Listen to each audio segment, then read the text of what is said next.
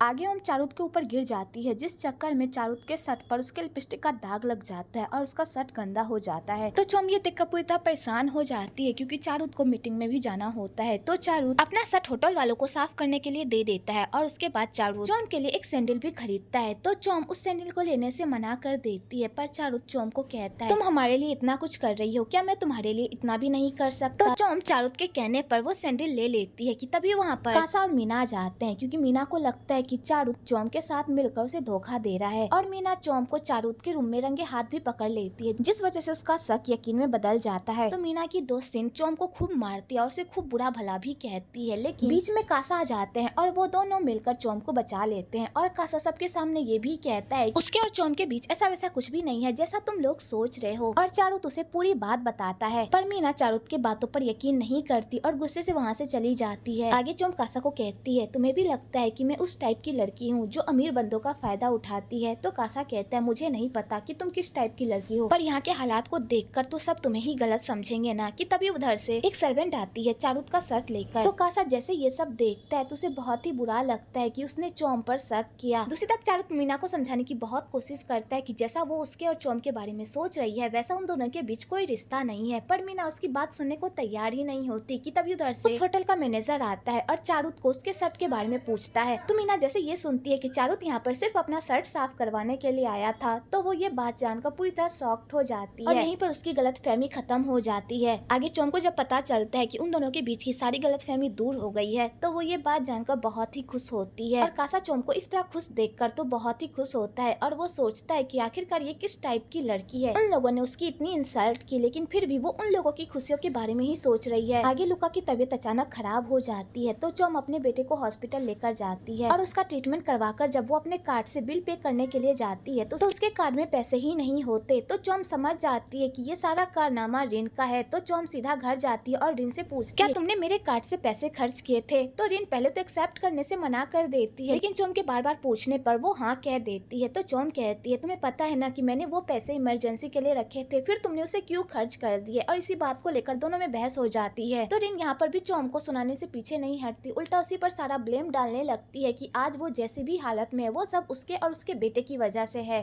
तो चोम को ये सब सुनकर बिल्कुल भी अच्छा नहीं लगता। उसी तरह प्रेम मीना को चोम के खिलाफ भड़काने की कोशिश करती है और उसके दिमाग में ये बात डालती है कि मीना चारुत और कासा दोनों को ही पटाने की कोशिश कर रही है और वो दोनों के ही पीछे पड़ी हुई है। तो मीना जैसे ये सुनती है तो उसे बहुत ही गुस्सा आता है, क्योंकि वो भी नोटिस कर रही होती है कि चारुत और कासा दोनों ही आजकल चोम की कुछ ज्यादा ही साइड ले रहे हैं। आगे चोम अपने बेटे के हॉस्पिटल बिल को भरने के लिए रेस्टोरेंट में पार्ट टाइम का जॉब करती है। तो वहाँ की ओनर उसे एक डिलीवरी करने के लिए बाहर भेजती है और वो जिस बंदे को डिलीवरी करने के लिए जाती है वो बंदा कोई और नहीं बल्कि हमारा हीरो कासा होता है। तो चोम कासा को देखकर तो पूरी तरह शॉक्ड हो जाती है और वो उससे छिपती फिरती है, पर कासा समझ जाता है कि ये तो चोम ही है और वो कहता है, तुम हमारी कंपनी के रूल के खिलाफ काम कर रही हो। जब कंपनी में तुम जॉब करती ही हो तो फिर तुम बाहर जॉब कैसे कर सकती हो? और इसी बात को लेकर दोनों में बहस हो जाती है और चोम कासा को बहुत ही अजीब हाल में देख लेती है। वेल आपको यहाँ पर इन दोनों का क्यूट सा मोमेंट भी देखने को मिलेगा। आगे ये दोनों आपस में बात कर ही रहे होते हैं कि तभी वहाँ पर मीना आ जाती है। तो कासा जैसे ही मीना को देखता है वो पूरी तरह शॉक्ड हो जाता है और वो चोम को अपने ही घर में छुपने को कहता है और वो उसे ऑर्डर देता है कि जब तक मीना यहाँ से चली नहीं जाती तब तक वो बाथरूम में ही छुप कर रहे। आगे मीना नशे की हालत में कासा के घर आती है और उससे अपने दिल की बातें शेयर करती है। तो कासा कहता है, तुम्हें ऐसी हालत में यहाँ पर नहीं आना चाहिए, अगर किसी ने हमें एक साथ देख लिया तो बातें बनाएंगे। पर मीना पर कासा के किसी बात का कोई असर नहीं होता, उल्टा वो कासा के साथ फ्लर्ट करती है। तो कासा मीना को रोकने की बहुत कोशिश करता है पर मीना नहीं रुकती। दूसरी तरफ चोम को उसकी बॉस का कॉल आता है और वो जल्दी से उसे रेस्टोरेंट आने को कहती है। तो चोम अपनी जॉब बचाने के लिए चोरी छुपे वहाँ से भाग जाती है और कासा देखता ही रह जाता है। आगे मीना सो जाती है तो उसके सोने के बाद कासा चारुत को कॉल करता है और चारुत को कहता है, तुम ही देखो तुम्हारी वजह से मीना की क्या हाल हो गई है, तुम्हें मीना का ख्याल रखना चाहिए, वो तुमसे बहुत प्यार करती है और वो तुम्हारे लिए बहुत पॉजिटिव भी है, इसलिए तुम्हें कोई भी ऐसी हरकत नहीं करनी चाहिए जिससे मीना को तकलीफ हो। तो चारुत कहता है, तुम्हें इन सब के बीच में पड़ने की कोई जरूरत नहीं है, मैं अपना और मीना का रिश्ता खुद ठीक कर लूंगा। तो कासा कहता है, मैं तुम दोनों के बीच नहीं पड़ रहा, बस मुझे तुम दोनों की फिक्र हो रही है। अगली सुबह लुका का एक गाड़ी से एक्सीडेंट होने वाला होता है, लेकिन सही टाइम पर कासा आ जाता है और वो लुका की जान बचा लेता है। तो चोम कासा को अपने बेटे की जान बचाने के लिए थैंक यू कहती है और उससे कहती है, तुम यहाँ पर क्या कर रहे हो? तो कासा कहता है, मुझे तुमसे कुछ बात करनी है, पहले तुम लुका को स्कूल छोड़ दो, उसके बाद हम दोनों बात करेंगे। आगे चोम लुका को स्कूल छोड़ देती है और उसके बाद वो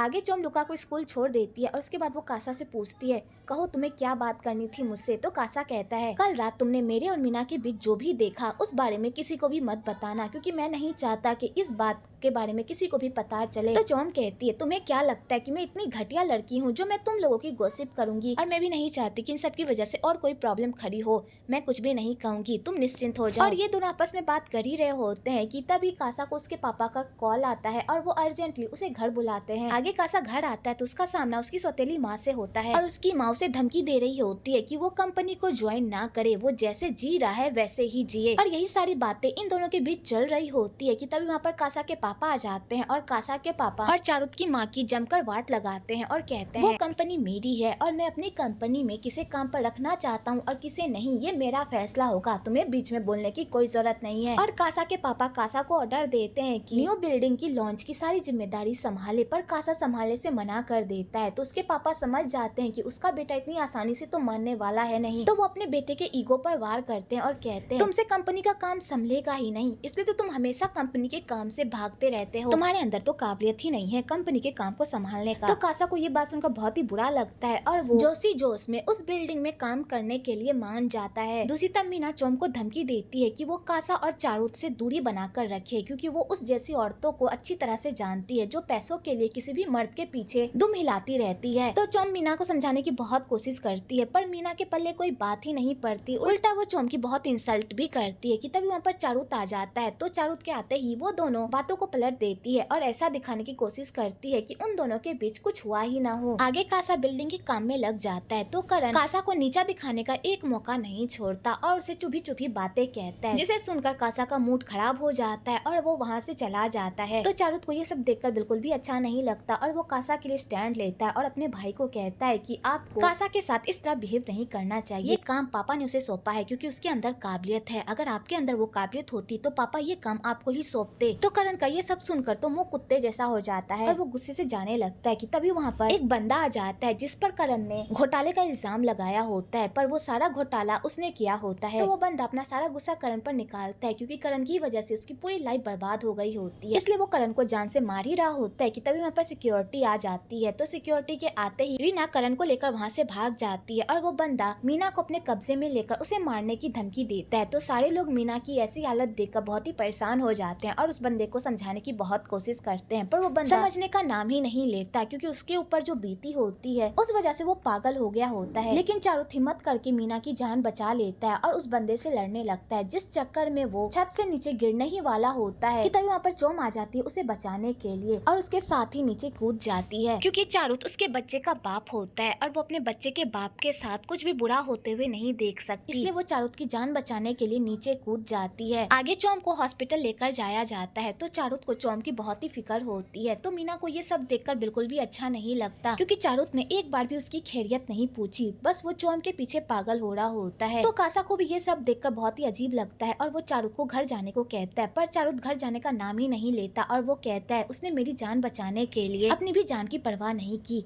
मैं उसे ऐसी हालत में छोड़कर नहीं जा सकता, जब तक वो होश में नहीं आ जाती तब तक मैं यहाँ से नहीं जाऊंगा। तो मीना और कासा को ये सब सुनकर बिल्कुल भी अच्छा नहीं लगता। आगे चोम को होश आ जाता है तो चारुत चोम का हालचाल पूछता है और उससे अच्छे से बात करता है। तो मीना को ये सब देखकर बिल्कुल भी अच्छा नहीं लगता और वो गुस्से से वहाँ से चली जाती है। दूसरी तरफ करण रिन को कहता है, आज तुम्हारी वजह से मेरी जान बच गई, मांगो तुम मुझसे क्या मांगना चाहती हो। तो रिन यहाँ पर करण को अपने हुस्न के जाल में फंसा लेती है और उसके साथ रिलेशनशिप में आ जाती है। आगे कासा चोम से मिलने के लिए जाता है और उससे पूछता है कि उसने चारुत के लिए अपनी जान को खतरे में क्यों डाला, आखिरकार उन दोनों के बीच क्या रिश्ता है, कहीं वो चारुत को पसंद तो नहीं करती। तो चोम कहती ऐसा कुछ भी नहीं है, मैं चारुत को पसंद नहीं करती, मैंने बस इंसानियत के लिए ये सब किया। तो कासा को इस बात पर बिल्कुल भी बिलीव नहीं होता कि चोम ने बस ये इंसानियत के लिए किया। वेल चोम भी कासा को क्या बताती कि वो अपने बच्चे के बाप को बचाने के लिए नीचे कूदी थी क्योंकि वो नहीं चाहती थी कि उसका बच्चा अनाथ हो जाए। आगे कासा को चोम की घर की ऐसी हालत देखकर पता चल जाता है कि चोम बहुत ही मुश्किल हालात से गुजर रही है, तो उसे चोम के लिए बहुत बुरा भी लगता है। अगली सुबह चारुत फूलों का गुलदस्ता लेकर चोम से मिलने के लिए आता है और उसे अपने साथ डिनर पर इनवाइट करता है। तो कासा को ये सब देखकर देखकर बिल्कुल भी अच्छा नहीं लगता, तो वो उन दोनों के बीच में कबाब में हड्डी बनकर उन लोगों के साथ डिनर पर चला जाता है। तो चारुत को भी ये सब देखकर अच्छा नहीं लगता, पर उसे मजबूरन कासा को झेलना ही पड़ता है। आगे वो दोनों खाने पर ही एक दूसरे से लड़ाई करने लगते हैं। वो कहता है कि मैं चोम को खाना दूंगा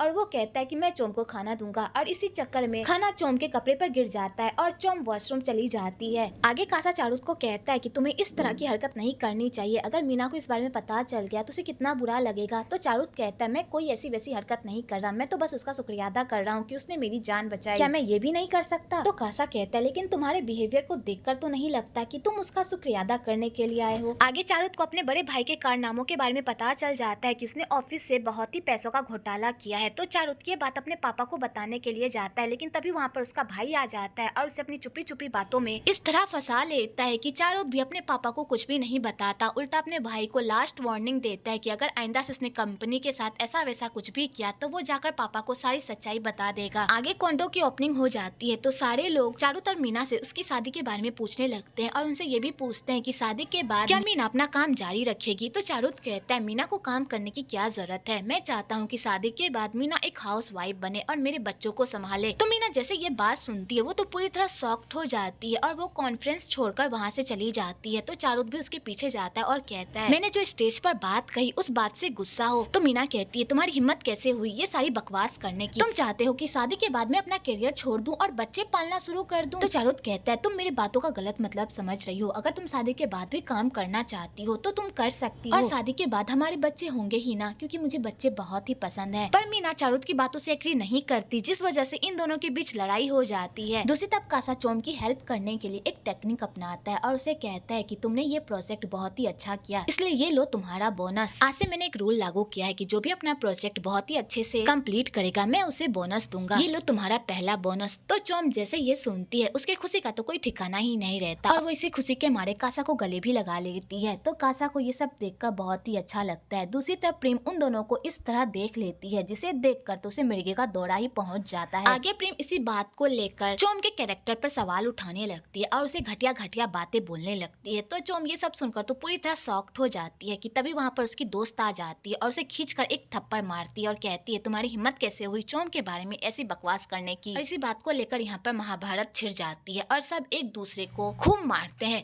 कि तभी वहाँ पर चारुत आ जाता है और सबकी लड़ाई को शांत करवा और प्रेम को डांट कर वहाँ से भगा देता है। वेल इस लड़ाई के चक्कर में चोम का कपड़ा फट जाता है, जिस वजह से बेचारी बहुत एम्बैरेस फील करती है और उसके पास कोई दूसरे कपड़े भी नहीं होते कि वो जाकर चेंज कर ले, और उसे अभी इवेंट के अंदर भी जाना है। तो चारुत कहता है मेरे पास एक ड्रेस है तुम उसे पहन लो, उसके बाद तुम मुझे रिटर्न कर देना। इधर मेरा चारुत का सारा गुस्सा शराब पर निकाल रही होती है और ढेर सारी शराब पी रही होती है कि तभी वहाँ पर कासा आ जाता है और उसे पीने से रोकता है और ये दोनों आपस में बात कर ही रहे होते हैं कि तभी वहाँ पर हमारी हीरोइन की एंट्री होती है जो रेड ड्रेस में काफी प्यारी लग रही होती है। तो मीना जैसे ही चोम को अपने ड्रेस में देखती है उसे तो फिर से मिर्गी का दौरा पड़ जाता है और वो चारुत के पास जाती है और कहती है तुम्हारी हिम्मत कैसे हुई मेरी ड्रेस उसे देने की। तो चारुत उसे बताता है कि चोम की ड्रेस फट गई थी और उसके पास पहनने के लिए कुछ भी नहीं था, इसलिए मैंने उसे पहनने के लिए दिया है, बाद में वो रिटर्न कर देगी, और वैसे भी तुम्हें ये कलर तो पसंद ही नहीं था, तुम रिटर्न ही करने वाली थी। मीना कहती है भले ही मुझे वो कलर पसंद नहीं था पर वो ड्रेस मेरी थी, तुम्हारी हिम्मत कैसे हुई वो ड्रेस उसे देने की। और इस बात पर फिर से इन दोनों में लड़ाई हो जाती है और मीना गुस्से से वहाँ से चली जाती है। तो कासा चारुत को कहता है तुम्हें मीना को मनाकर पार्टी में वापस लाना चाहिए, अगर मीना पार्टी से गायब हो गई तो सारे लोग बातें बनाने लगेंगे। तो चारुत कहता है तुम्हें भी पता है कि यहाँ पर मेरी कोई गलती नहीं है, वो खुद मुंह फुलाकर गई है तो वो खुद वापस आ जाएगी, मैं उसे मनाने नहीं जाऊंगा। तो कासा कहता है मैं तुम्हें गलत नहीं कह रहा, लेकिन तुम्हें पता है ना कि मीना कैसी है और तुमने जानते बूझते उसे पसंद किया है, फिर तुम ये सब क्यों कर रहे हो। तो चारुत कहता है मैंने कुछ भी गलत नहीं किया है, लेकिन वो हमेशा मुझ पर शक करती है, वो कभी भी मुझ पर भरोसा नहीं करती, अगर उसे घर जाना है तो जाए, मैं उसे मनाने नहीं जाऊंगा। आगे मीना गुस्से से घर जा रही होती है पर उसकी दो चुड़ैल दोस्तों से घर जाने नहीं देती और कहती है उस चोम की बच्ची ने तुम्हारा दिल दुखाया है ना, तो अब हम उसे सबक सिखाएंगे कि किसी के फियांसे को उससे छीनने का क्या अंजाम होता है। आगे वो लोग पार्टी के अंदर जाते हैं और वो लोग चोम के साथ बहुत ही मिसबिहेव करते हैं, उसकी बहुत इंसल्ट भी करते हैं कि तभी वहाँ पर कासा और चारुत भी आ जाते हैं और कासा पूछता है कि यहाँ पर ये सब क्या हो रहा है। तो वो लोग उल्टा चोम पर ही इल्जाम लगाने लगते हैं कि उसकी हालत उसी की वजह से हुई है, हम लोगों ने कुछ भी नहीं किया। और मीना चोम की ऐसी हालत देखकर बहुत ही खुश हो रही होती है, लेकिन तभी वहाँ पर थास आ जाता है और सबके सामने उन लोगों की पोल खोल देता है और कहता है कि इन लोगों ने चोम के साथ बहुत ही बदतमीजी से बात की, उसकी बहुत इंसल्ट भी की, चोम ने इन लोगों के साथ कुछ भी नहीं किया और इस बात का प्रूफ भी है उसके पास। तो वो दोनों चुड़ैल ये बात सुनकर पूरी तरह शॉक्ड हो जाते हैं और कुछ भी नहीं कहते। आगे चारुत इस बात को लेकर मीना से लड़ाई करता है कि वो अपने गुस्से और नफरत की वजह से किसी की इंसल्ट नहीं कर सकती। तो मीना कहती है मैंने कुछ भी नहीं किया है, मैंने तो उसे हाथ तक नहीं लगाया है। तो चारुत कहता है मैं तुम्हारी चालों को अच्छे से जानता हूँ, तुम कभी भी अपना हाथ गंदा नहीं करती बल्कि दूसरों से करवाती हो। और इसी बात को लेकर दोनों में बहस हो रही होती है कि तभी वहाँ पर चोम आ जाती है। उसके ऊपर तो महानता का भूत सवार होता है और वो चारुत को बताती है कि इसमें मीना की कोई गलती नहीं है बल्कि वो खुद गिर गई थी। तो मीना को चोम की इस हरकत पर भी बहुत ही गुस्सा आता है क्योंकि वो चारुत के सामने महान बनने की कोशिश कर रही होती है। तभी चारुत की नजर चोम के चोट पर पड़ती है जिसे देखकर वो परेशान हो जाता है और मीना को ये सब देखकर गुस्सा आता है क्योंकि चारुत ने आज तक उसकी इतनी फिक्र नहीं की होती है जितनी वो चोम की कर रहा होता है। आगे कासा भी वहाँ पर आ जाता है और उन दोनों की बीच की गलतफहमियों को दूर करने के लिए कासा सबके सामने ये ऐलान कर देता है कि चोम उसकी गर्लफ्रेंड है और वो दोनों एक दूसरे को डेट कर रहे हैं। पर चारुत को इस बात पर बिलीव नहीं होता तो कासा चारुत को इस बात पर बिलीव दिलवाने के लिए चोम को सबके सामने किस कर लेता है। तो मीना और चारुत ये देखकर तो पूरी तरह शॉक्ड हो जाते हैं और कासा कहता है अब तुम लोगों को यकीन हुआ कि हम दोनों एक दूसरे को डेट कर रहे हैं। और कासा ये कहकर चोम को वहाँ से लेकर चला जाता है। आगे चोम कासा की इस हरकत की वजह से कासा को खूब मारती है पर कासा उसे शांत करता है और कहता है पहले शांत हो जाओ, मैंने ये सब सिर्फ तुम्हारे लिए किया